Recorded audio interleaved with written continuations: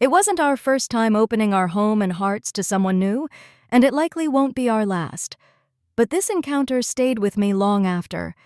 The way she rested there afterward, gaze soft and distant, completely wrapped up in the moment.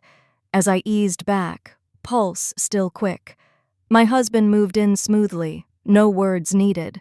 She understood right away. She fit perfectly into that shared space with us.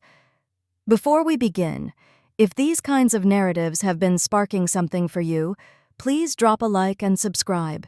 It means the world and helps others discover this space too. And if you're new here, welcome.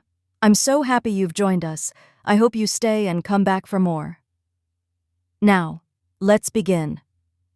He was already moving with me when I woke that morning. Golden sunlight slipped past the half-closed blinds, warming the bedroom as his form found mine in that steady, familiar way. One palm rested on my side, the other glided along my back, holding me close with every gentle shift. It was right. His warmth, his rhythm, the easy way we remembered each other without any effort. A quiet sound escaped me naturally. He exhaled against my neck, adjusting with the kind of careful attention that always made me soften a little more. We knew exactly how to move together, and yet something wasn't quite there. Even as the intensity built, even when he drew me nearer with a low sigh, even when we both reached that sweet peak, I sensed it. We were chasing the memory of a deeper connection rather than living it fully now. He settled beside me, warmth and dampness, rhythm still uneven. I turned onto my back, still humming, but the glow was already fading. "You noticed it too, right?" I asked quietly. He glanced over with that half-smile of his. "It was nice." I nodded. "Exactly. Nice." He laughed softly, brushing a strand of hair from my face. "We've been spoiled." I didn't reply. Instead, I reached for my phone on the side table and opened our guest booking list out of pure habit. Then I spotted her. "Look who arrived late last night," I said, tilting the screen his way. He leaned in. "Room 4, solo traveler, married, late 30s. I scrolled a bit. "Emergency contact is her spouse, but she came alone." He sat up a little. "Alone and married. That's telling." "She didn't say much when she checked in," I added, setting the phone down. But the way she glanced around the place, like she was hoping to escape into something different for a while. His smile grew. "You think she's curious?" I turned toward him. "I think she's searching, and we might be exactly what she needs." His palm settled on my side again. "What's the plan?" I smiled. "We take a bottle of wine, knock on her door, and see where the evening leads." He grinned, already imagining it. "Your trouble. And you love it." By dusk, we stood outside her room with a nice red and 2 extra glasses. She answered in comfy loungewear and bare feet, looking pleasantly surprised, but not startled. Just enough effort in her appearance to suggest she'd been quietly hoping for company. "Hi," I said warmly.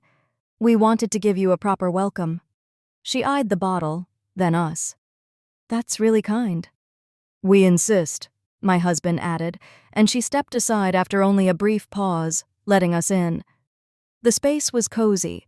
Low lamps, a small plate of snacks she'd arranged, cheese, fruit, crackers, like she'd prepared it quietly, just in case. We settled around the little table, poured the wine, and started with easy questions. Where she was from, how long she planned to stay, what had drawn her here.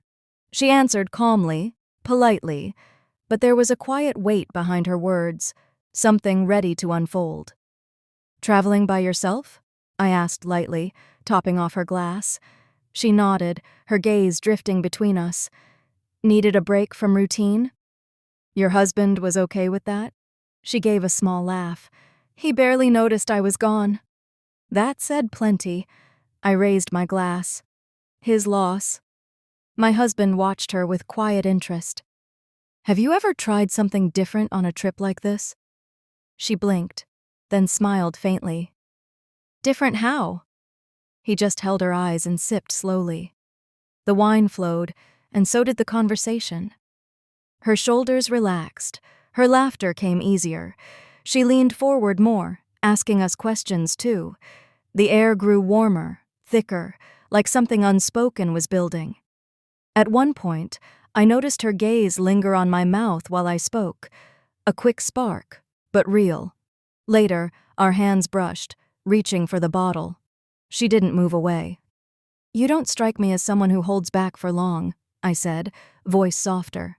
Her exhale caught just a little. "I usually don't." We held that look a second longer than normal. No one spoke. No one moved. Then I leaned in. Slow, gentle, sure. She didn't withdraw. The connection deepened naturally. Her palm rested on my arm, fingers curling lightly as if testing the moment. She stayed. We rose together, still close, and I guided her toward the sofa. Another moment, slower, letting the warmth build. She eased into me, cautious at first, then more open.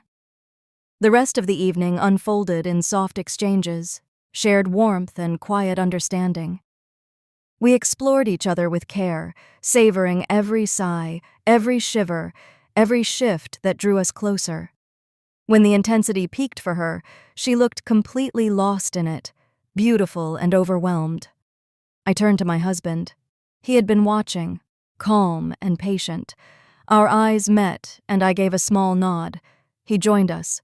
The energy shifted deeper, more electric. He moved with her gently at first, then with more purpose, always reading her responses, keeping her right on the edge of wonder. I stayed near, holding her hand, letting her sense being held between us. She trembled, overwhelmed in the best way, caught in the rhythm we created together. Then she let go fully, beautifully, relaxing into pure release. We stayed close, smiling. But we weren't finished. Moments later, everything flowed again, this time with her between us in a new way. Guided, shared, intense.